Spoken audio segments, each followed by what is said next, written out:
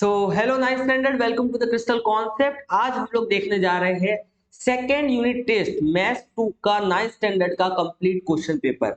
जो अभी आपका यूनिट टेस्ट आने वाला है, इसका कंप्लीट क्वेश्चन पेपर हम लोग सॉल्व करेंगे। ये सारे question as a practice question लेके चलना।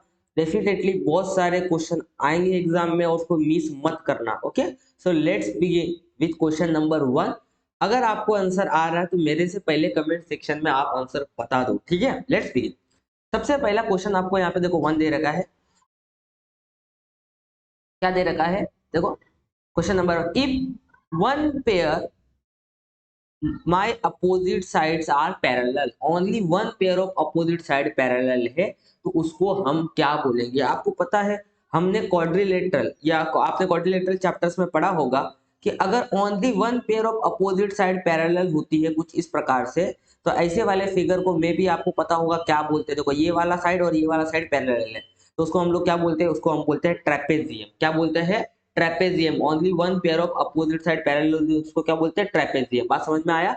बाकी रोम्बस के अंदर कितनी pair of opposite side parallel होती है? दो pair of opposite side parallel होती है। पैरेललोग्राम के अंदर भी दो पेयर होती है और स्क्वायर के अंदर भी दो pair of opposite side parallel होती है। ठीक है, चैनल को सब्सक्राइब जरूर कर लेना। नेक्स्ट क्वेश्चन करते हैं अपन, क्वेश्चन नंबर 2।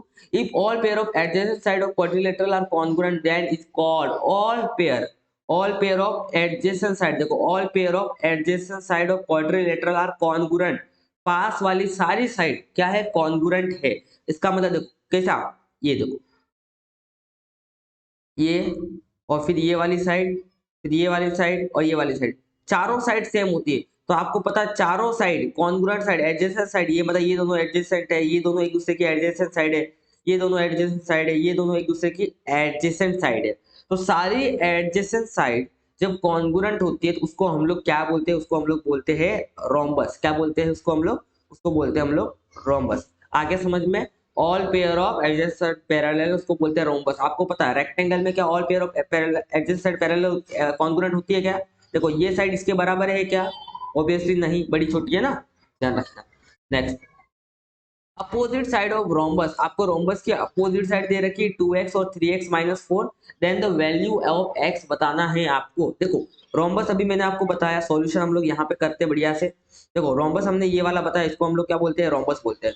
रोम्बस की खासियत क्या है? ऑल साइड्स आर कॉन्ग्रुएंट होती है और पर डायगोनल्स होते हैं वो परपेंडिकुलर बाइसेक्टर होते हैं और अपोजिट एंगल सेम होते हैं। तो ये 2x है और इसका अपोजिट मतलब ये क्या? ये क्या? 3x minus 40 degree.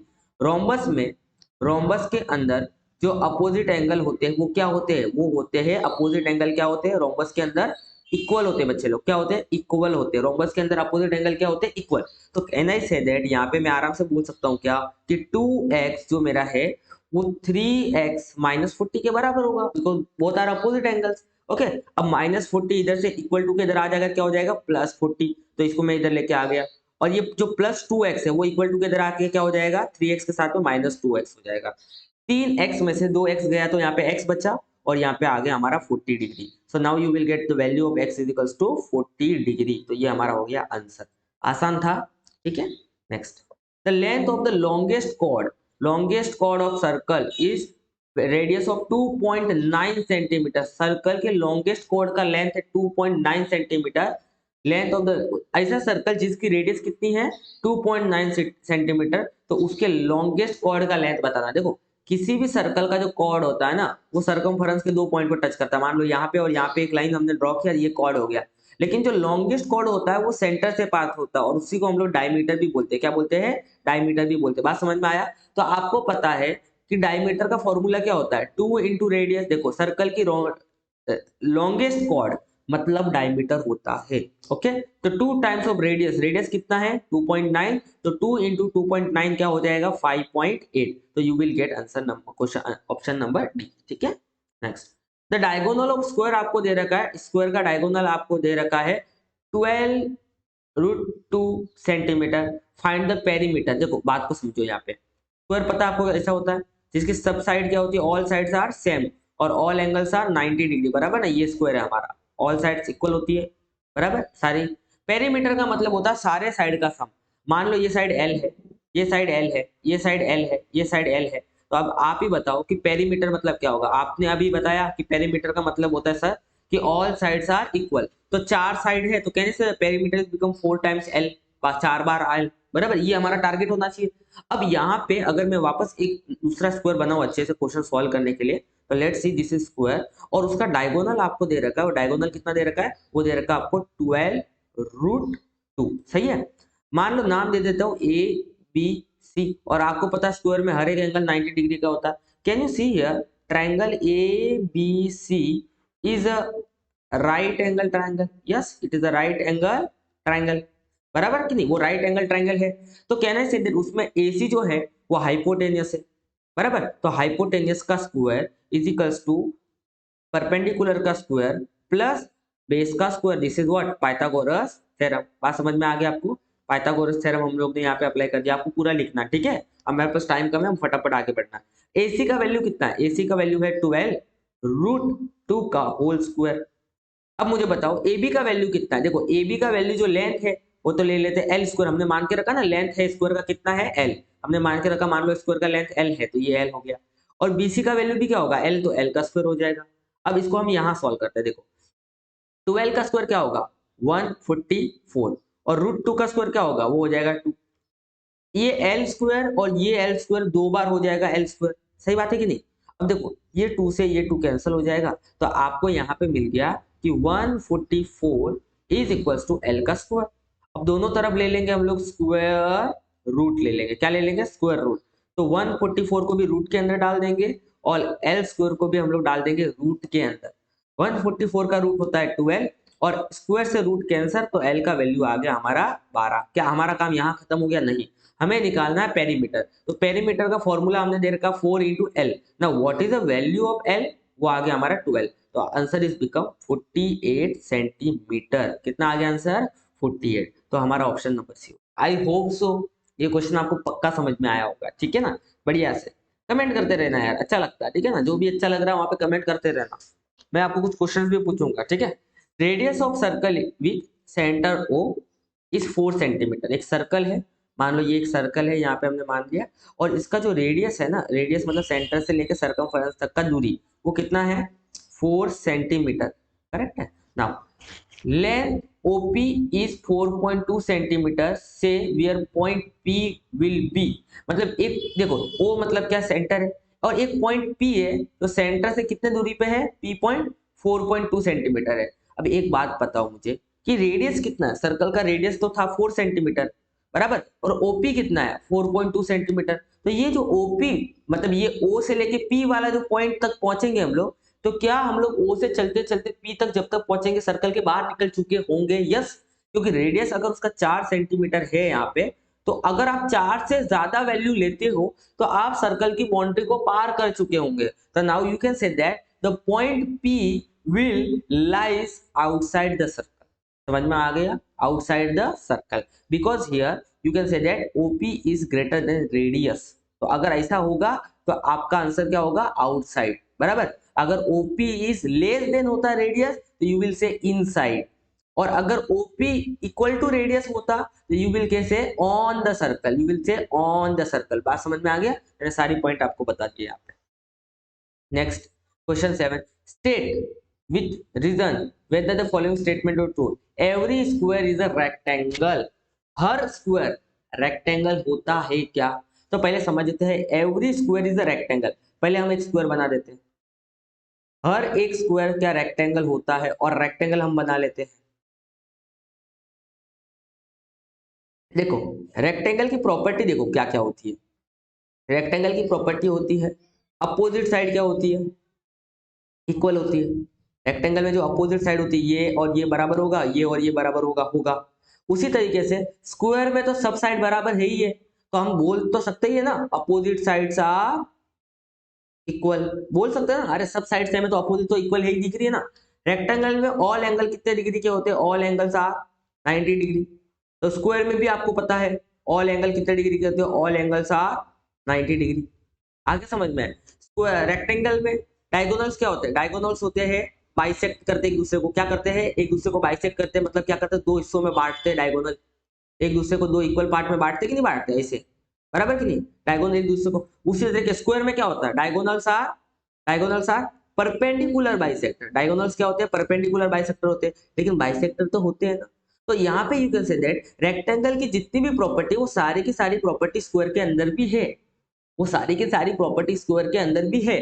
तो you can say that every properties of square, every properties of square is lies in the rectangle. जितनी स्क्वायर की प्रॉपर्टी वो सारी रेक्टेंगल के अंदर है। तो we can say that every square is a rectangle. इसमें कोई गड़बड़ नहीं है। तो ये जो हमारी स्टेटमेंट है, ये हमारी स्टेटमेंट क्या है? ट्रू है। आ गया समझ में? समझ में आ गया आपको? Next okay. सबसे इंपॉर्टेंट, अगर आपने चैनल को सब्सक्राइब नहीं किया तो डेफिनेटली सब्सक्राइब कर लो।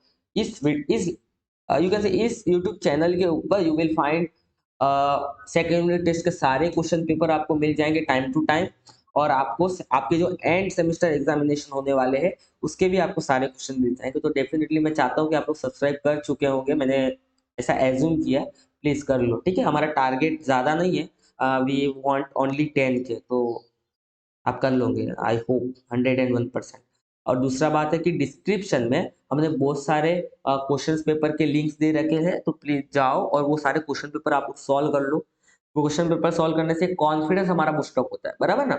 एग्जाम में एक अलग ही थोड़ा सा, जिन्होंने क्वेश्चन पेपर सॉल्व नहीं किया है और जिन जो लोग क्वेश्चन पेपर प्रैक्टिस करके है उनमें ऑब्वियसली आप एक अलग ही मोटिवेशन देख सकते हो during writing examination. So please do subscribe, like and share. Okay okay. तो अभी क्वेश्चन नंबर 8 है हमारे सामने। बढ़िया क्वेश्चन है, एकदम ताजा ताजा मस्त क्वेश्चन है, मजा आ जाएगा। क्या दे रखा है आपको यहाँ पे? टू एडजेसेंट साइड, पैरेललोग्राम की दो बाजू बाजू वाले साइड का रेशो दे रखा है 3:5। देखो पैरेललोग्राम होता क्या, मैं समझाता हूँ। ऐसा दिखता है, बराबर। ये हमारा हो गया पैरेललोग्राम, बराबर। और पेरीमीटर आपको दे रखा है 96 सेंटीमीटर। अब मान लो कि पैरेललोग्राम में अपोजिट साइड क्या होती है? इक्वल। तो इसको एल, तो सामने वाला भी एल होगा। ये अगर हमारा बी है तो सामने वाला भी क्या होगा? बी होगा। और दोनों पास वाली साइड का रेशियो दे रखा आपको एल, कितना दे रखा? 3/5। तो मैं बोलूंगा कि ब्रीथ अपॉन लेंथ का आपको रेशियो दे रखा, ब्रीथ नहीं बोलेंगे, बी अपॉन एल का रेशियो दे रखा है 3/5, क्योंकि ये तो दोनों पास वाली साइड है कि नहीं? देखो ये दोनों पास वाली साइड है, 3/5। और पेरीमीटर मतलब क्या होता है? पेरीमीटर का मतलब होता है सब साइड का सम। तो मुझे बताओ, ये एल है, ये एल है, तो ये 2 बार एल हो गया, करेक्ट है। ये बी है, ये बी है, तो ये कितनी बार बी हो गया? ये भी 2 बार बी हो गया। और इन दोनों को सम करूंगा तो मुझे क्या मिल जाएगा? मेरा पेरीमीटर मिल जाएगा। बात समझ में आ गई? अब दोनों साइड का आपको रेशियो दे रखा है 3/5, और आपको क्या निकालना? Find each length of each side. अब मैं क्या डायरेक्ट, आपको पता है रेशियो और प्रोपोर्शन में पढ़ा था कि बी को अगर मुझे लिखना तो मेरे पीछे एक्स लगा के लिख दूंगा, और एल को मुझे लिखना तो पीछे एक्स लगा के रख दूंगा। लिख दिया मैंने अभी। अब बताओ बी का वैल्यू कितना है? 3x, तो मैं यहाँ पे बी का वैल्यू पुट कर दूंगा कितना? 3x। और एल का वैल्यू कितना है? 5x, तो मैं यहाँ पे एल का वैल्यू कर दूंगा 5x, and I will get 96। बात समझ में आया आप लोगों को? इस तरीके से बता आपको। तो यहाँ पे मैंने पुट कर दिया एल का वैल्यू जो हमारे पास कितना था? 5x, और बी का वैल्यू कितना था अपने पास? 3x। कर दिया पुट अभी आपने अच्छे से? नाउ देखो, 2 × 5 10x, plus 2 × 3 6x is equals to 96। अब देखो 10x और 6x कितना होता है? 16x is equals to 96। अब x को मैंने यही रखा, 96 को मैंने डिवाइड कर दिया 16 से, तो 96 डिवाइड बाई 16 आई थिंक होता है 6, होता है ना? 6 ही होता है।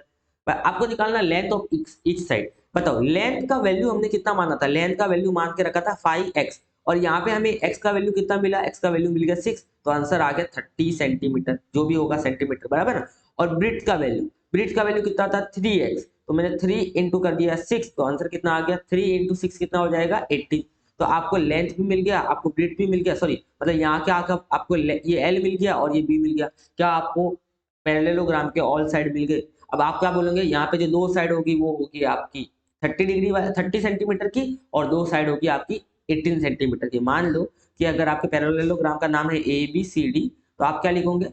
भैया जो मेरा AD होगा और जो मेरा BC होगा वो दोनों तो सेम ही होगा, और वो दोनों मिलके कितना होगा? 30 सेंटीमीटर। और जो मेरा AB होगा और ये जो मेरा DC, you can see here DC होगा, वो दोनों मिलके कितना होगा? 18 सेंटीमीटर। तो ये सिंपल था हमारा, ठीक है। प्रैक्टिस करना जरूर इसको भी। Now diagonals of rhombus is 14 centimetre and 48 centimetre. तो हम एक रोम्बस बना लेते पहले। ये देखो मैंने रोम्बस बना लिया, और इसके जो डायगोनल्स है वो डायगोनल्स का आपको लेंथ दे रखा है, बराबर कि नहीं। अब देखो ये है हमारे पास ए बी सी डी, बराबर। अब यहाँ पे मान लेते हैं हम सेंटर वाले पॉइंट को मान लेते हैं ओ। डायगोनल्स दे रखा आपको, एक डायगोनल दे रखा, मान लो ये वाला डायगोनल दे रखा 40 सेंटीमीटर और ये बड़ा वाला डायगोनल दे रखा आपको 48 सेंटीमीटर का। दोनों डायगोनल आपको दे रखे हैं। अब आपको निकालना find the side of rhombus, आपको रोम्बस की साइड निकाल। एक बात ध्यान रखना, डायगोनल्स जो होते हैं किसके, रोम्बस के, डायगोनल्स होते हैं जो रोम्बस के वो होते हैं परपेंडिकुलर बाइसेक्टर होते हैं। क्या होते हैं, परपेंडिकुलर बाइसेक्टर। बाइसेक्टर मतलब रोम्बस के जो डायगोनल होते हैं दो पार्ट में बट जाते हैं, कितने पार्ट में, दो इक्वल पार्ट में बट जाते हैं, बराबर कि नहीं, उस तरीके से। और उन डायगोनल के बीच में जो एंगल होता है परपेंडिकुलर होने की वजह से 90 डिग्री का होता है। यहाँ तक समझा। अब एक एक अच्छे से ध्यान, आपको ये वाला ट्रायंगल दिख रहा है क्या, ये वाला ट्रायंगल, अच्छे से इस ट्रायंगल को मैं वापस यहाँ ड्रॉ कर रहा हूँ आपको समझाने के लिए अच्छे से। ये ड्रॉ कर दिया, ये कितना था 90 डिग्री, ये ए है ये बी है। हमने बोला डायगोनल दो पार्ट में बंटते हैं, तो अगर ये 14 सेंटीमीटर है पूरा डायगोनल, अगर 14 सेंटीमीटर है तो मुझे बताओ ये वाला पार्ट कितना होगा, 7 सेंटीमीटर का, ये वाला पार्ट कितना हो गया 7। अगर ये पूरा डायगोनल, ये वाला पूरा डायगोनल 48 सेंटीमीटर का है, तो इस डायगोनल का सिर्फ ये वाला पार्ट कितना होगा, ये वाला जो मैं डार्क कर रहा हूँ, ये वाला पार्ट कितना होगा, 14 का आधा कितना हो जाएगा, देखो 24 सेंटीमीटर, तो ये पार्ट भी होगा 24। तो अब क्या बचा, यहाँ पे ए बी निकालना बचा। क्या ये 90 डिग्री है, क्या ये मतलब ये राइट एंगल ट्रायंगल है, यस है। क्या मैं पाइथागोरस थ्योरम लगा सकता हूँ, लगा सकता हूँ। सर 90 डिग्री के सामने वाली साइड होती है हाइपोटेनियस, तो मतलब मैं बोलूंगा हाइपोटेनियस का स्क्वायर इज इक्वल टू दोनों साइड का स्क्वायर, बची हुई दोनों साइड का स्क्वायर का सम करेंगे, तो ये 7 है और दूसरी वाली साइड कितनी है 24 का स्क्वायर। 7 का स्क्वायर होता है 49, 24 का स्क्वायर होता है 576, दोनों को ऐड करेंगे आ जाएगा 625। आगे आपका, अब बताओ क्या करेंगे, ए बी निकालना, ए बी स्क्वायर तो निकालना नहीं था, तो हम दोनों तरफ ले लेंगे रूट, तो ये ए बी स्क्वायर का रूट हो जाएगा और ये हो जाएगा आपका 625 का रूट। अब बताओ 625 का रूट कितना होता है 25 और ए बी स्क्वायर का रूट कितना होता है ए बी, तो आपको ए बी का वैल्यू मिल गया 25। तो मतलब ये जो साइड है ए बी वो मिल गया आपको 25। तो अब मुझे बताओ रोम्बस के अंदर सारी साइड क्या होती है, all sides are equal. Rhombus के अंदर जो सारी साइड होती है ऑल साइड क्या होती है, ऑल साइड्स आर इक्वल, बराबर। तो अगर ऑल साइड इक्वल है तो पेरीमीटर ऑफ रोम्बस हमें निकालना है, तो 4 इंटू साइड हो जाएगा, बराबर, सारी साइड इक्वल है तो 4 टाइम्स साइड हो जाएगा। 4 इंटू एक साइड का वैल्यू कितना आ गया 25, तो you can say that the perimeter of rhombus is become 100 centimetre. I hope सो आपको मजा आया होगा, आपको समझ में आया है क्वेश्चन, ठीक है। अगर आया है तो प्लीज आप लाइक का जरूर करना और 9th क्वेश्चन का जरूर लाइक करना है, 9th क्वेश्चन मजा आ गया, ठीक है। नेक्स्ट क्वेश्चन नंबर 10, मैं चाहूंगा कि इसका आंसर पहले आप कमेंट पे बताओ और फिर मैं आगे बढ़ता हूँ। अगर आपने अपने स्कूल में अपने क्लास में अपने प्रैक्टिस कर रखा है तो आप इसका आंसर कमेंट में बताओ, मैं आपको टाइम देता हूँ, टाइम काउंट हो रहा है, पॉज करके रखो वीडियो को, सॉल्व करो और फिर आ जाओ वापस, ठीक है। जल्दी लेट्स सी कितने लोग करते हैं, कर दिया आप लोगों ने, ओके। लेट्स अभी चेकआउट करते हैं। If the side of square is 13 centimetre then what is value of diagonal. देखो स्क्वायर बना लेते पहले हम लोग, ये हमने बना दिया स्क्वायर, बराबर, और इसका ये हमने एक डायगोनल बना दिया, एक की जरूरत पड़ेगी यहाँ पे, और नाम दे देते हैं ए बी सी और डी। साइड कितना दे रखा स्क्वायर का, साइड दे रखा आपको 13, तो यू नो दैट सब 13 ही होने वाला है। आपको पता है ऑल साइड्स आर इक्वल होती है और आपको पता है ये एंगल 90 डिग्री है। What is find its diagonal, तो डायगोनल फाइंड करना है, ये वाला डायगोनल। तो अब मुझे बताओ यहाँ पे पाइथागोरस थ्योरम लगेगा और ए सी स्क्वायर हमारा क्या है हाइपोटेनियस है, अगर ये वाले ट्रायंगल की बात करूँ तो 90 डिग्री के सामने है, is equals to A B square plus B C square, मिल गया। ये वाला ट्रायंगल हम लोग सॉल्व कर रहे हैं, ये वाला ट्रायंगल, बराबर कि नहीं। ए बी का वैल्यू कितना है 13 का स्क्वायर, बीसी का वैल्यू कितना है 13 का स्क्वायर, 13 का स्क्वायर 2 बार हो गया तो मैं लिख दूंगा 2 टाइम्स 13 का स्क्वायर, इजी है। अब मैं क्या करूंगा, मैं ले लूंगा दोनों तरफ स्क्वायर रूट ले लेंगे, क्या ले लेंगे स्क्वायर रूट, तो ए सी स्क्वायर का रूट ये आ गया और 2 इंटू 13 का स्क्वायर रूट आ गया आपका ये। अब स्क्वायर से रूट क्या हो जाएगा कट, तो ए सी का वैल्यू आपके आपका देखो स्क्वायर से रूट कम हो गया तो 13 आ गया बाहर और 2 हमारा रूट के अंदर ही रहेगा क्योंकि उसके पास स्क्वायर लगा हुआ नहीं है। तो now you will gate, centimetre लिखना बड़ा जरूरी, ठीक है। तो आपको मिल गया डायगोनल ऑफ स्क्वायर मिल गया 13√2, समझ में आया। नेक्स्ट क्वेश्चन, पैरेललोग्राम दे रखा है और उसका आपको क्या दे रखा है एंगल ए और एंगल डी दे रखा है, find the value of angle B and angle C. Angle B और एंगल सी का वैल्यू निकालना है। तो चलो एक बार काम करते हैं, पैरेललोग्राम बना ही लेते हैं और नाम दे देते हैं हम लोग ए बी सी और डी। अब मुझे बताओ एंगल बी, एंगल ए जो आपको दे रखा है और एंगल बी आपको दे रखा है, दोनों एंगल कैसे है? दोनों एंगल है एडजेसेंट। एडजेसेंट का मतलब होता है जिनका सम कितना होगा 180 degree, because they are supplementary to each other. तो कहने से that angle A plus angle D is equal to 180 degree, because adjacent angles are supplementary. बराबर कि नहीं? एडजेसेंट एंगल क्या होते हैं? सप्लीमेंट्री होते हैं। यहां तक समझा? एंगल ए का वैल्यू कितना है? एंगल ए का वैल्यू है 5x प्लस 10 और एंगल डी का वैल्यू कितना है? 5x minus 10। आसान था। और ये वाला हो जाएगा दोनों मिलके 180 डिग्री। माइनस 10 और प्लस 10 कैंसिल हो जाएगा और 5 प्लस 5 हो जाएगा 10x। ये हो गया आपका 180। जीरो से जीरो कैंसिल। अब यहाँ पे x ही बचा है सिर्फ, तो x का वैल्यू आ गया आपका 18 डिग्री। आसान था। कोई डाउट? अब मुझे बताओ एंगल ए और एंगल सी क्या होगा? बराबर होगा, बिकॉज पैरेललोग्राम में अपोजिट एंगल क्या होते हैं? सेम होते हैं। तो angle C is equal to angle A, opposite angles are equal. तो angle C is equal to angle A का वैल्यू कितना? 5x plus 10। लेकिन हमारा x का वैल्यू तो हमने निकाल रखा अभी। x का वैल्यू हमारे पास कितना आया? 18 आया कि नहीं आया? तो 18 फायदा हो जाएगा 90 प्लस 10 और ये हमारा हो गया 100 डिग्री। तो एंगल सी तो हमें मिल गया 100 डिग्री। देखो उसी तरीके से एंगल बी क्या होगा? एंगल बी होगा आपका एंगल डी के बराबर। तो मैं बोल सकता हूं कि मेरा जो एंगल बी है वो एंगल डी के बराबर है। और angle B is equal to angle D का वैल्यू कितना है? 5x minus 10। तो यहाँ पे हम लोग 5x का वैल्यू हमारा आया 18 और ये माइनस 10। अब आपको इसको सॉल्व करके इसका आंसर मुझे कमेंट सेक्शन में बताना है। जो लोग भी इसका आंसर कमेंट सेक्शन में बताएंगे इसका मतलब ये हो गया कि वो लोग वीडियो के एंड तक पहुंच गए, ठीक है, और उन्होंने पूरा वीडियो देखा है, वो डिसिप्लिन स्टूडेंट है, पढ़ाई को थोड़ा सा सीरियसली लेते हैं, ठीक है। इसी तरीके से आपको कमेंट सेक्शन में बताते रहना है कि आपको कौन कौन से पेपर्स, कौन कौन से एग्जाम्स के पेपर सॉल्व करके देने हैं इस चैनल पे। तो I will definitely try to upload each and every papers. Have a great day, thank you so much for watching and please अगर आपने सब्सक्राइब नहीं किया है तो definitely do subscribe, like and share. Thank you.